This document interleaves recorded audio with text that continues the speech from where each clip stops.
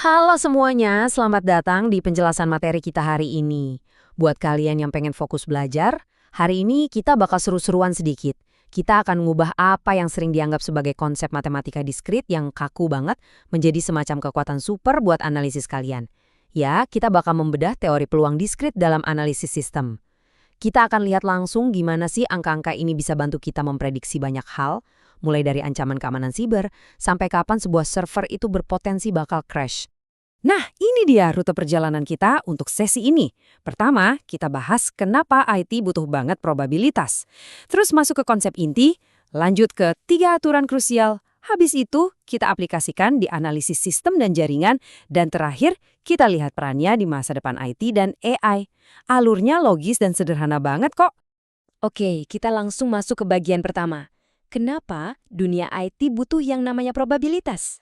Sekarang, coba deh kalian bayangin pertanyaan ini sebentar.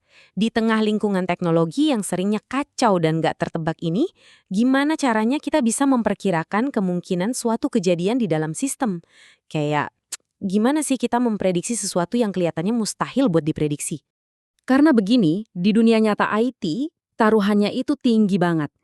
Kita lagi ngomongin soal memprediksi probabilitas server mengalami downtime, ngitung seberapa besar peluang user sukses login, kemungkinan email spam tembus filter, analisis keamanan sistem, sampai prediksi error di jaringan. Kalau kita menguasai matematika ini, kita tuh secara harfiah lagi mencegah skenario mimpi buruk dalam operasional IT sehari-hari. Lanjut ke bagian kedua nih, konsep inti probabilitas. Tenang aja, saya jamin bahasanya bakal super sederhana dan gampang dipahami.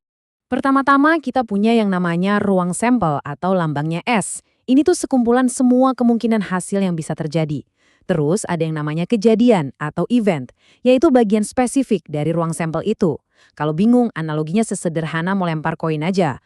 Koin kan cuma punya 2 sisi ya, angka atau gambar. Nah, sama persis kayak server di kantor kalian. Status utamanya cuma 2, dia lagi online atau sayangnya dia lagi offline. Dan ini tuh ngasih gambaran yang jelas banget soal batas mutlak dari probabilitas. Nilai 0 artinya kejadian tersebut mustahil terjadi. Sebaliknya, nilai 1 berarti kejadian itu pasti terjadi. Tapi ya, kita sama-sama tahu lah, di dunia teknologi, kepastian 100% atau kemustahilan mutlak itu langka banget. Makanya, angka probabilitas yang bakal kita hadapi sehari-hari itu pasti selalu melayang-layang di antara 0 dan 1. Biar makin jelas banget pemahamannya, coba bayangin kalian lagi lempar satu dadu biasa. Ruang sampelnya kan ada 6 tuh. Kalau kalian mau cari probabilitas munculnya angka genap, berarti 2, 4, atau 6, itu artinya ada 3 kemungkinan dari total 6. Kalau kita sederhanakan, kita dapat angka yang bersih dan rapi banget, 0,5 atau setengah. Sesimpel itu. Sekarang kita masuk ke bagian ketiga, 3 aturan krusial probabilitas. Ini ibarat toolkit andalan kita buat ngitung stabilitas sistem nantinya. Aturan pertama, probabilitas komplement. Bahasa gampangnya, ini adalah peluang di mana suatu kejadian tidak terjadi. Rumusnya cuma angka 1 dikurangi peluang kejadian awal. Ingat analogi koin tadi kan? Ini tuh cuma sisi baliknya aja. Kalau kita tahu tingkat kesuksesannya, otomatis kita juga bakal tahu tingkat kegagalannya. Kita langsung praktik aja biar kelihatan gampangnya. Langkah pertama, sebutlah probabilitas server kalian aktif itu 0,95. Langkah kedua, buat cari tahu kegagalannya, tinggal kurangi aja dari angka mutlak 1. Jadi, 1 dikurangi 0,95. Di langkah ketiga, boom! Kita langsung dapat probabilitas server itu gagal, yaitu 0,05, alias 5%. Praktis banget kan? Aturan kedua adalah probabilitas gabungan. Ini peluang kejadian A atau kejadian B terjadi. Highlight kata atau di sini ya. Tapi hati-hati, ada jebakan Batman. Kalian harus awas banget biar nggak ngitung ganda waktu berhadapan sama 2 kejadian atau skill yang saling tumpang tindih. Coba kita urai secara visual pakai studi kasus skillset pemrograman ini. Katakanlah total yang menguasai Python ada 60% dan yang menguasai Java ada 50%. Tapi ingat, ada 30% yang menguasai dua-duanya. Jadi buat ngitung peluang mahasiswa yang bisa Python atau Java, kita tambahkan 0,6 dan 0,5, lalu wajib banget dikurangi 0,3 dari kelompok irisannya. Hasilnya jadi 0,8 atau 80%. Visual kayak gini ngebantu banget kan biar kita terhindar dari double counting? Nah, aturan ketiga ini probabilitas independen. Dipakai waktu satu kejadian tuh sama sekali nggak ngaruh ke kejadian lainnya. Coba bayangin ada dua server, letaknya beda lokasi, misah, dan benar-benar jalan sendiri tanpa ada intervensi satu sama lain. Gimana cara ngitung kejadian yang benar-benar independen ini? Gampang, tinggal dikalikan aja. Langkah pertama, peluang server A aktif itu 0,9. Langkah kedua, peluang server B aktif itu 0,8. Langkah ketiga, kita kalikan 0,9 dengan 0,8 dan kita dapat 0,72. Artinya apa? Ada 72% kemungkinan kedua server itu bakal terus nyala barengan.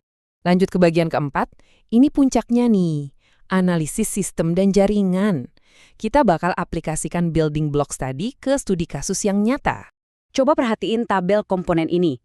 Peluang sebuah router aktif itu 0,95 dan peluang server aktif itu 0,98. Karena fungsi mereka ini independen satu sama lain, coba deh tebak gimana hitungnya? Iyap, kita kalikan. Dan hasilnya, peluang keduanya aktif bersama-sama adalah 0,931. Buat pemanasan ingatan yang cepat aja, coba kita terapkan aturan komplement tadi ke sistem login ini. Kalau peluang login sukses adalah 0,97, udah pasti peluang login gagalnya adalah 1 dikurangi 0,97, yaitu 0,03 alias 3%. Ini benar-benar kerangka dasar banget kalau kalian menganalisis cybersecurity. Jadi gini, poin krusialnya tuh bukan cuma pinter hitung, tapi gimana interpretasinya. Dari hitungan jaringan kita sebelumnya, peluang sistem jalan normal emang kelihatan tinggi di angka 93,1%. Tapi ingat sisi baliknya.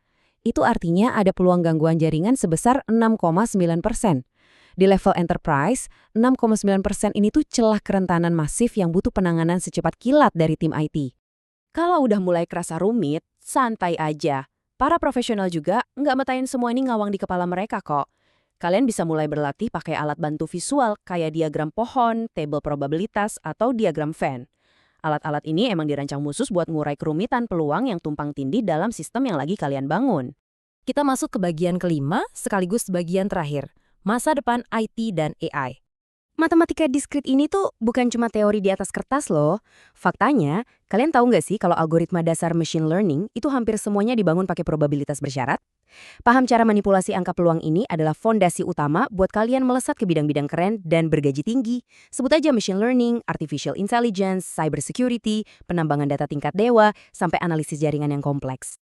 Sebagai penutup, saya mau ninggalin satu pertanyaan provokatif yang bisa langsung kalian renungin hari ini.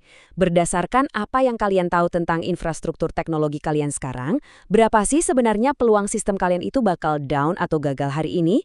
Lewat kekuatan analisis terstruktur yang baru aja kita bedah bareng-bareng tadi, kalian sekarang udah punya tools yang tepat buat nyari tahu jawabannya. Terima kasih banyak udah fokus belajar di penjelasan materi kita hari ini, dan sampai jumpa di topik seru berikutnya.